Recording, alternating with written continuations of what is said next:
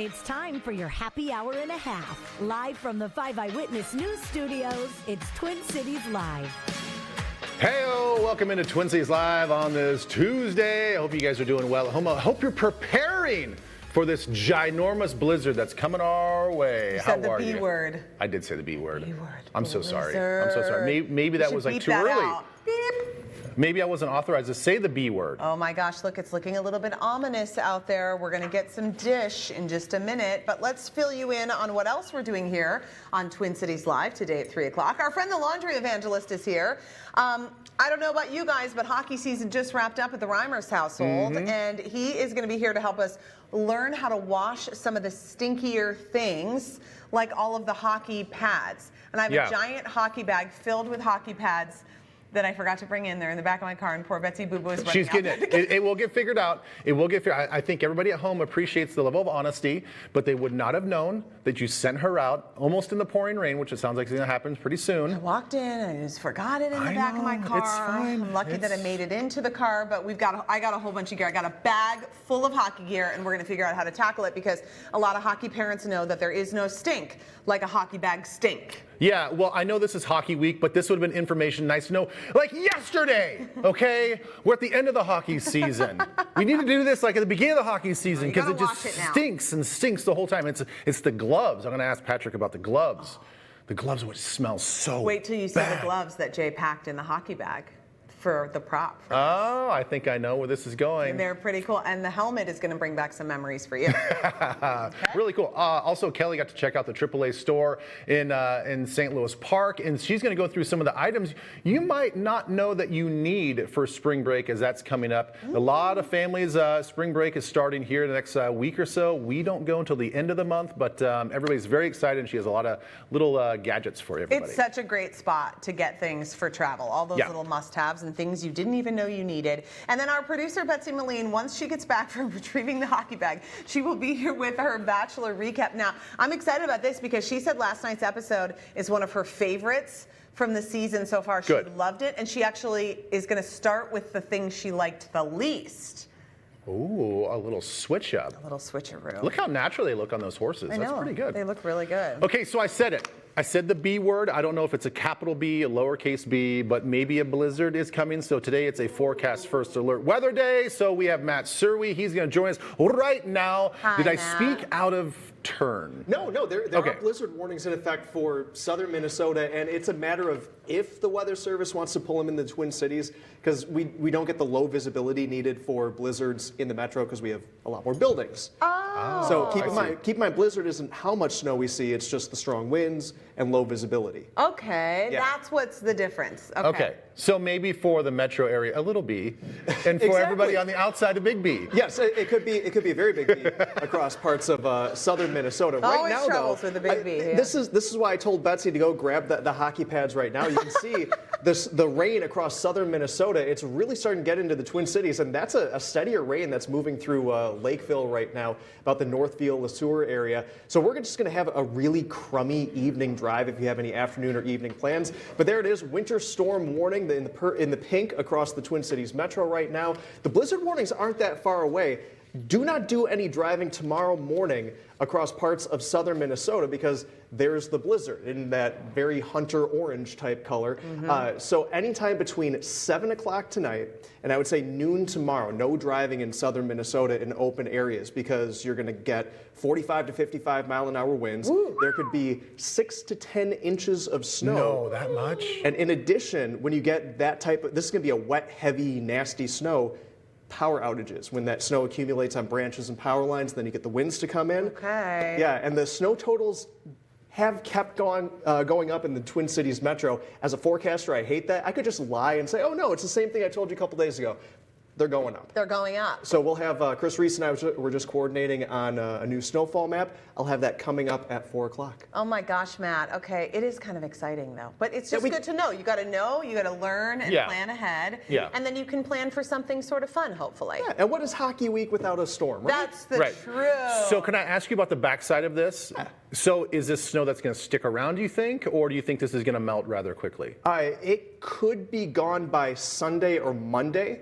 We're going to get near 40 later on this week. If we can get the snow out of here, 50s are going to get back really quick. And Yep. if the snow's all gone by next Monday, 60. Oh my Oh, God. Like, Okay. If the snow is gone, Wow. keep in mind, if we end up with 8 inches of snow, it's going to take a few days to get rid of that. Okay, but it'll be good snowman making snow. Oh, brilliant snow. Fabulous. All right, thanks, Matt. We bet. appreciate you. See what happens when he comes over here? He gets applauded. He gets applauded. I don't think anybody else in the other studio just shows you this amount of appreciation. We love Man, weather. he's We good. love weather here in Minnesota. We love it so much that we thought, since we were talking about the B word, blizzard, we thought we would dig into the archives and look at some of the most historic blizzards in Minnesota's history. Shall we go back to the year of our Lord, 1866? This Can was you even believe a, it? was this a state in 1866? This, I think so. This was actually considered one of the worst blizzards in Minnesota's history, and it happened 4 years before winter storm warnings were issued by the U.S. Army Signal Corps. And that's really, you know, people didn't know that it was coming. Yeah. I mean, unless you had like a sixth sense about you. It lasted 3 days. There were snowdrifts that were up to 20 feet. They buried barns in some of the western counties in Minnesota. Now, the good thing was it struck at night, so Oh, there that's was good. a reduction in what could have been a more significant death toll. But you would just wake up and there it is. And, you know, what were you horse and buggying? Well, that's the thing. I think back in the day, 1866? without a radar system or a warning system, you just follow the horses and the cows. Like if they're going to go for cover a few hours before, you know something's a brewing. I know, so but what just if they follow were in them. the barn and then the barn collapsed? I mean, that's deeply troubling. Yeah, that was bad. So that was a real bee back in 1866. That's the truth. All right, We don't have video footage of that. No, we do not. Let's fast forward to March 14th and the 15th. It was a 2-day event. This was back in 1941. Oh, what happened This here? one changed the course of history as we Really? know it. It was a terrible blizzard in western counties, which faced 85 mile an hour per winds in Grand Forks, 75 miles an hour in Duluth. So look, this at is like those what Matt heavy was power talking lines. about. Yeah, I that know. the power goes out. There was a lot of lines. Was that just direct current? It was- Holy cow! Did we not have AC back then? You get a little closer Okay. to that. You get a little zap. So this actually prompted the Weather Service to redefine the forecast regional responsibilities, meaning we were previously under Chicago's responsibility. I hate that. And they said, hey, Minnesota, they need their own weather responsibility deal. So we have Yes. our own now. Chicago has their own little region. Well, silly to think that they could be grouped together. It's so far we away. need our own weather autonomy. Totally did. That's We absolutely declared true. that for many years. It did not pass legislation, and it took the event of March 14th, 15th, 1941 to change it. Interesting. Okay, let's move ahead a few years. We're going to go to March of 1975. So this is the 23rd to the 24th, and then also the 26th through the 29th. This is when multiple blizzards hit in northern Minnesota. They had 100-mile-per-hour Multiple bees. winds, and then the waves on Lake Superior, Ben, were 20 feet high. Can you even imagine? I would love to see that. It damaged a lot of shoreline properties. It was zero visibility near Duluth, which received a foot of snow from each one of the storms. Just like one after the other, getting pummeled and pummeled. That was in 1975. So many of you probably remember that. Oh boy, that's a multiple gaggle of bees there. Don't like that one. Golly. Okay, let's go all the way. This is another multi-day event, October 31st through November 3rd, 1991. Everybody wants to talk about the This is Halloween the best. blizzard. This is a core memory of my There- childhood. I was there it 10 is. years old. Yes. More than 28 inches of snow at MSP, almost 37 inches in Duluth.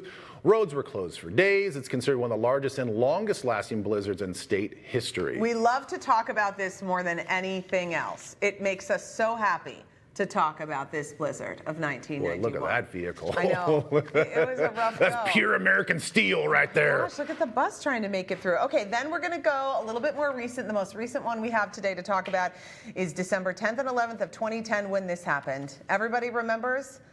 They shouldn't have even repaired this roof, Ben. They should have just mowed the doggone thing down. Then, this is the final dome buster storm. The Metrodome collapsed for the final time. It was the 5th largest snowfall in the Twin Cities going back to 1891.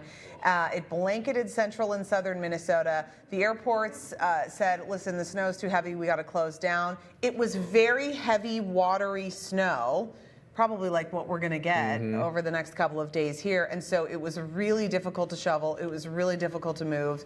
and it was too heavy for the Metrodome. May she rest in peace. I remember that very distinctly. I was at the team hotel, and we got the announcement that the game was going to get moved. The dome collapsed, and we had to move the game to Detroit, and that was fun. Were you at the hotel because of the storm? Because they wanted No, because we were there. It's the night before the game, so we always have to stay in a hotel. Like they don't trust. when you're playing. When I was playing, they don't trust us to stay at home. I forget so we were at that a you team had hotel. a different life then.